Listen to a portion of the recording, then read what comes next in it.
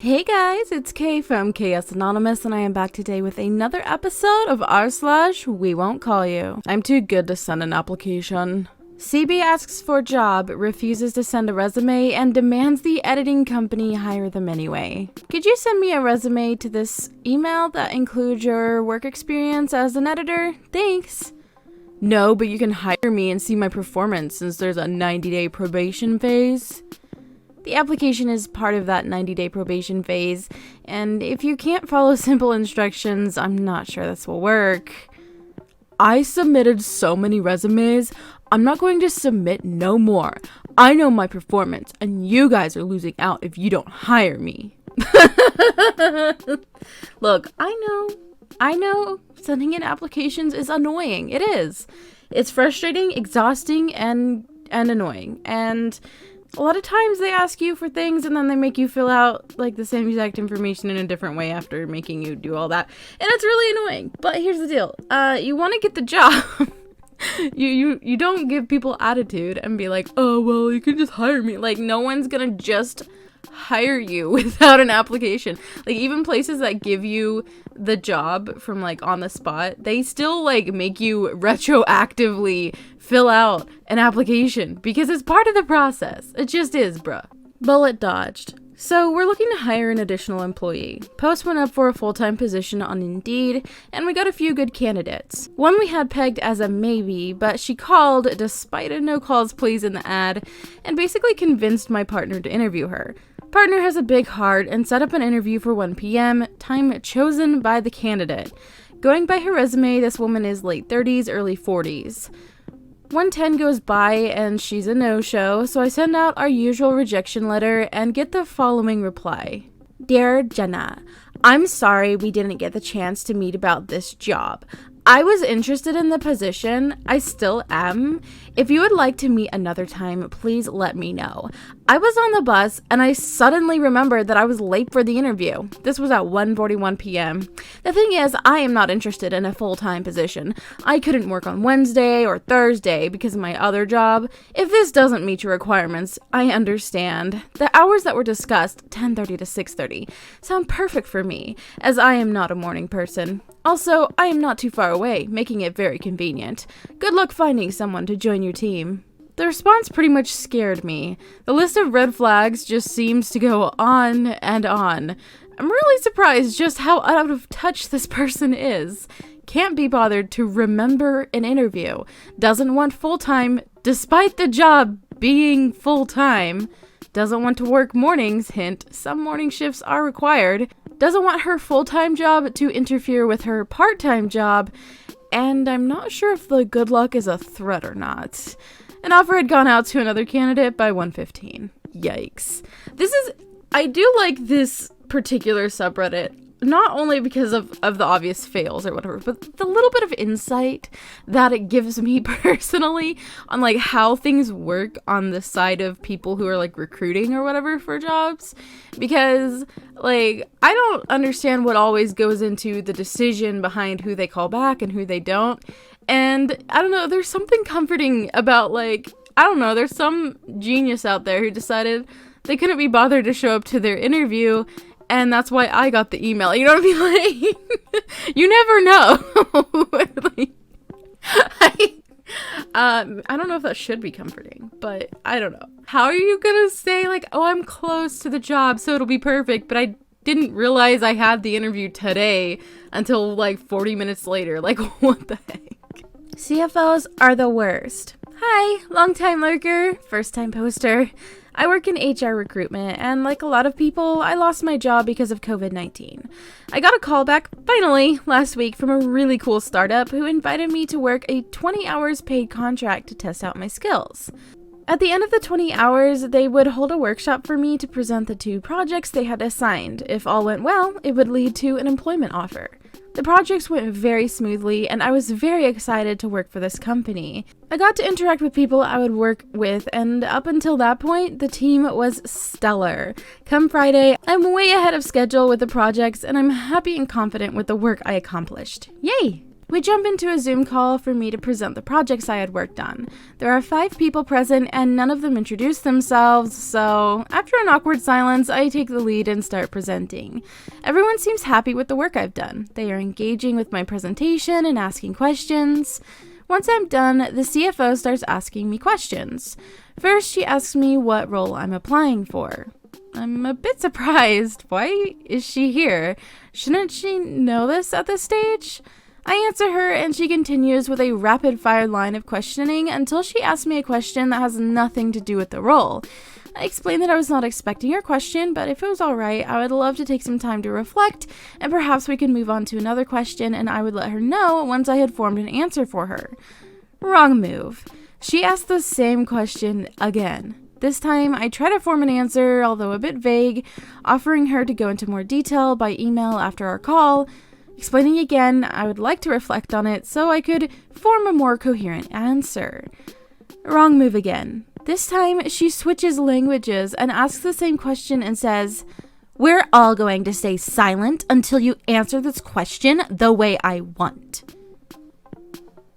At this point, I'm starting to be rattled. The sudden language change is unsettling, and her insistence on this one question is something I've never seen before as both an interviewee and as a recruiter. The call is dead silent, and I'm trying to come up with the answer she wants, but I can't form a coherent thought right now. It's at that point that the CEO joins the call and asks, "Wow, what did I join? Why is it so quiet in here?" Finally, someone else chimes in and explains that the CFO is looking for an answer to her question. The CEO says that he wants to ask questions. Thankfully, no one objects. He has a much more calming demeanor, and he's able to redirect the rest of the interview in a more casual and conversational tone. Through our exchange, I answer the CFO's question, which he loves, and points out to both the CFO and I. I say, "Yes, thank you. This is what I was trying to articulate earlier." But the CFO retorts, "Yeah, it's not really the answer I was looking for, but I guess if you like it, it's alright." I cried the moment I left the Zoom call and found solace in knowing that at least I got paid for that crap show of an interview. Needless to say, I'm not expecting a call back. Update. Friends, thank you all for the support. I wrote this post the night this went down, and reading your comments over the weekend brought me a lot of reassurance. Thank you. Monday morning, I emailed the recruiter I had been interacting with and informed her I was withdrawing from the recruitment process and that I had some feedback about my experience as a candidate I would like to share if she was open to hearing it. We ended up having a great conversation in which she apologized for not intervening when the CFO was grilling me. She admitted she too felt uncomfortable during the interview, and when it was over, she realized she failed to speak up. We had a good conversation about how I was interviewing them as much as they were interviewing me, and she seemed to really care about the feedback I shared with her, as it was not the first time something like this had happened, but it was the first time a candidate clearly shared feedback about their negative experience. She was bummed that she could not convince me to continue with them, but congratulated me on accepting another offer from another company. I invited her to grab coffee as my new offer will be close to hers, and she agreed. Overall, a positive conclusion to a messy situation. Oh, well, that is so wholesome and very outgoing, honestly. Like, I don't think I would have the guts to be like, yeah,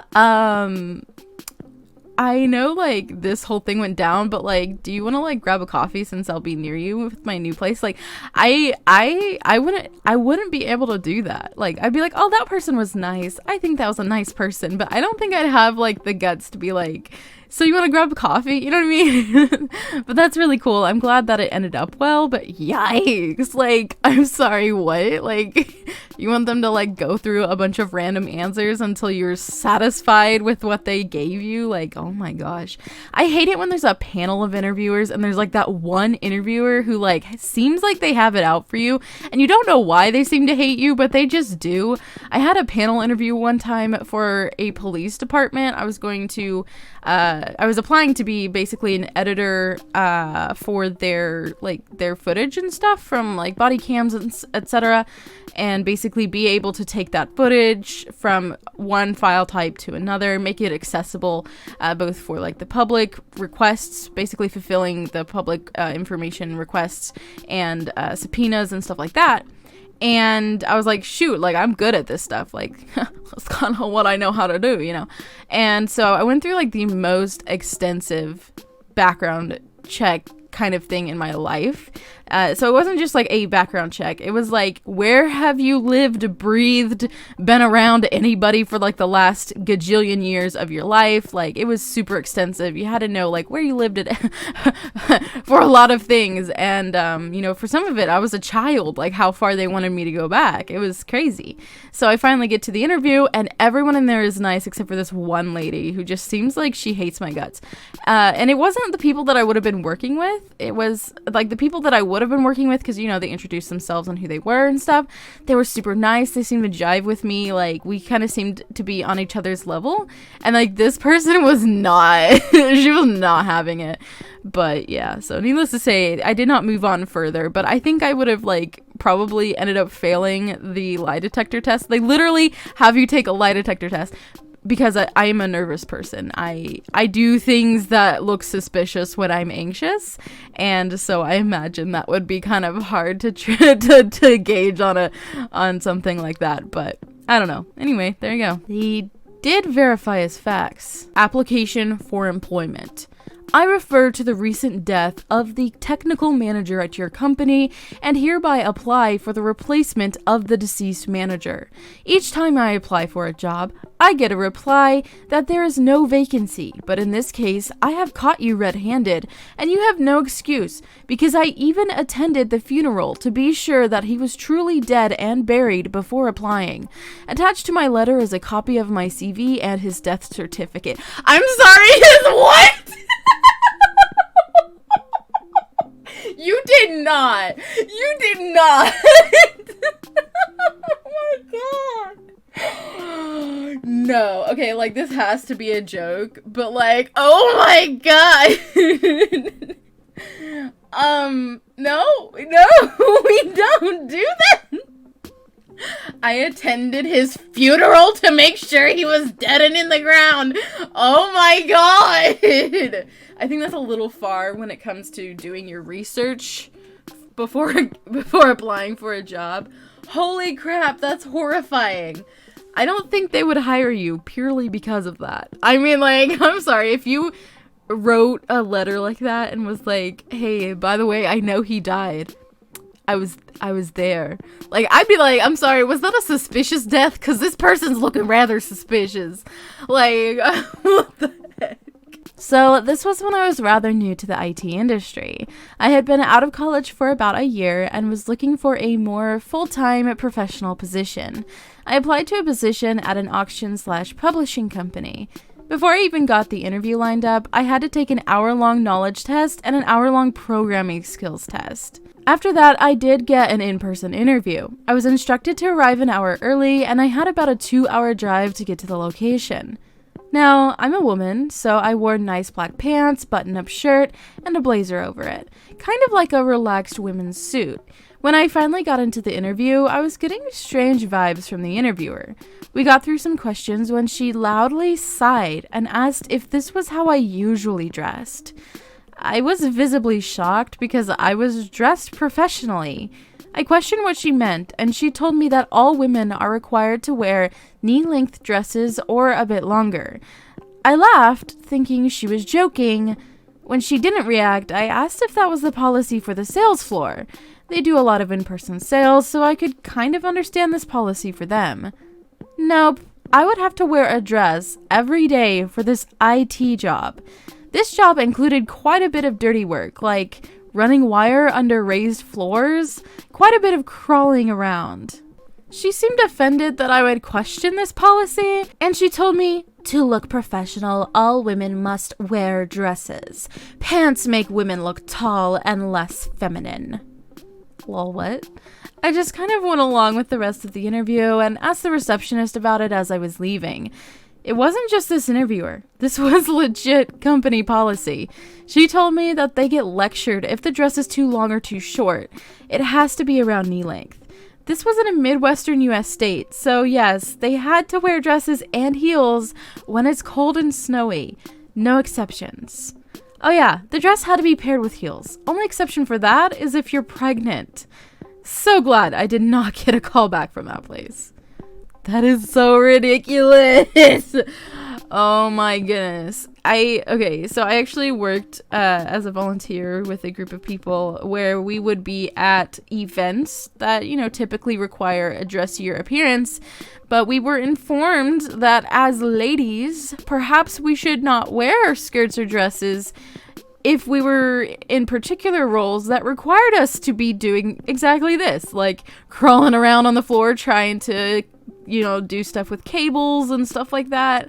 And, that makes sense because who wants to be in a dress or a skirt trying to be modest and not, for example, mess up like your stockings or, whatever else. I don't know. The stuff you wear with dresses and skirts. And, it just sounds like a horrible thing. Like, I would rather be wearing pants in general. Anyway, who would suggest that it's, like, required the other way? Like, how is that feminine and modest anyway? Like, you think about that. Like, how? You're, what? Like, I'm sorry, what? Like, no. Wouldn't people, want you to not be wearing a dress or a skirt when you're literally crawling on the floor? Like, what is wrong with people? You wouldn't like it here. Hi, I just found this sub. I'm currently hiring for a production team and have 2 recent stories of people being walked out before finishing the interview. Some background detail, because it's important to the stories. My group has 3 levels of management that all interact directly with the production team. A supervisor, me, white, 23 female, a manager, Haitian, 38 female, and a director, white, 57 male.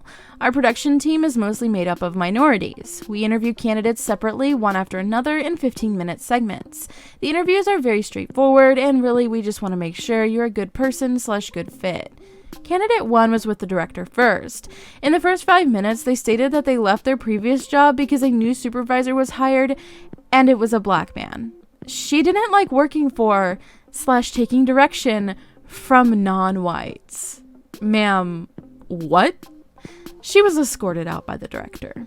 Candidate 2, during the interview with the manager, stated that she didn't like people in their 20s because they think they know everything when she could do their job better than them because she's been around longer. Ma'am, your potential supervisor is a person in their 20s, and if you could do my job, you wouldn't be here for this interview. She was escorted out by the manager. Who would openly admit those things? Like, holy crap. I'm sorry, what? Like, candidate 1, ma'am, what is wrong with you? And I feel like candidate 2, like, okay, some people who are older do have this mentality. You probably definitely shouldn't be bringing that up during an interview, but at least you're not going to be working at a place obviously you can't handle. But yo, what is wrong with you, candidate 1? Like, wow. All right then. Anyway, that is going to wrap up today's video. If you enjoyed it, go ahead and drop a like and let me know your thoughts in the comments below. I did want to apologize for going missing again. I will try to be more consistent in the future. I apologize. Just things, whenever my schedule gets upended, everything else follows basically, and I try to catch what I can, and clearly this was not one of the things that I managed to, so I apologize for that, but I will be working on some more videos to bring to you. In that vein, or on that note, I do want to thank my patrons so much. Up on the screen, you should see my face palmers and my crazy case. Thank you all so much for helping me in the way that you do and supporting me in that way. If you are interested in becoming a patron, checking out the original posts from today's video, or sending me an email for possible inclusion in a future video, also apologies for late responses on those, you can check all of that information out in the description box. And I will talk to you in my next video. Bye!